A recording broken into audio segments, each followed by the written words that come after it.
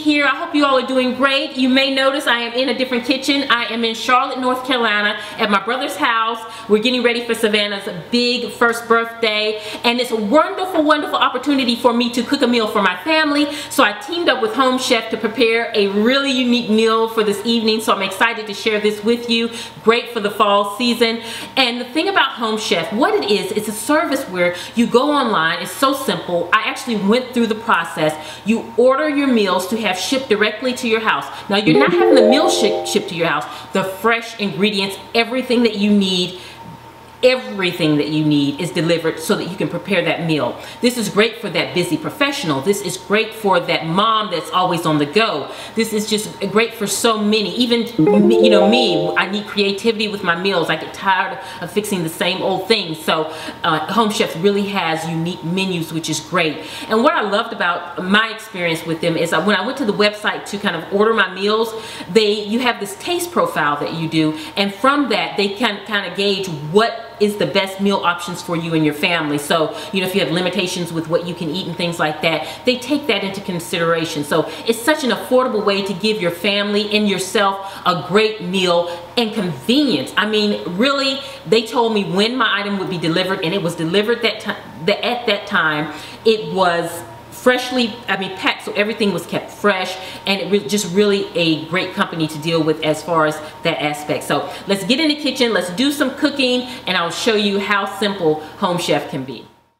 Okay, so before we get started, I love how they package the recipe cards. They are each recipe they send, and they sent 3 meals. And so it has an overview as far as dietary. It gives you drink pairings, what would be a nice drink to have with this meal, the nutritional value in it. And on the back of it has beautiful, colorful pictures showing you each step of the recipe, which is so helpful because it helps you see as you're going along that you're doing things correctly. It tells you what you'll need, the ingredients that they do send you, but it just has those listed along with any additional things you need, like the types of pans or anything like that. So it really is very thorough, and I can appreciate that. I love that it's 3-hole punch each one of the recipes so that you can have your recipe cards on hand in case you want to make this recipe again.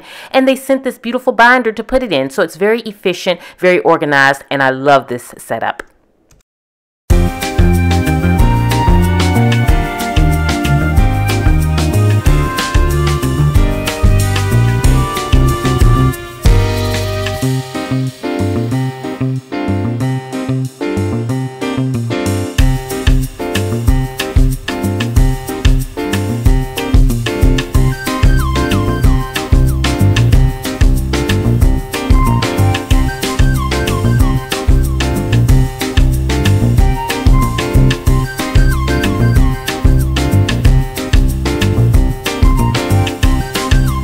Okay, so the first thing you want to do is get a medium saucepan, fill it with water, add salt, and bring it to a boil, and then you want to lower it to simmer after that point. You then want to take your Swiss chard, and you want to be sure to clean it well, and you want to also do this to your sage. And then from that point, what you want to do is you want to pat dry it with a paper towel, and you're going to remove the stems on both. In a bowl, you want to add your pumpkin. Along with that, you want to add in your egg.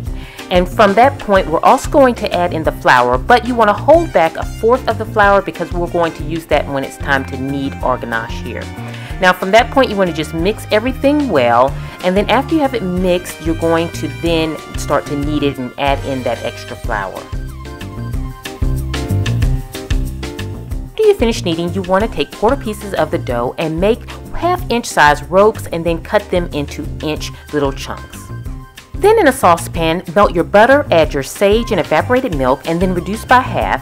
In another saucepan, you want to melt your brown sugar, and then from that point, you're going to add in your pecans and saute for about a minute just till it's well coated, and then sit it on aluminum foil, and then we'll use that when we get ready to put our meal together. You then want to put your ganache pieces in that water that you had simmering, and you want to simmer for about a minute. Remove and coat with olive oil and set aside.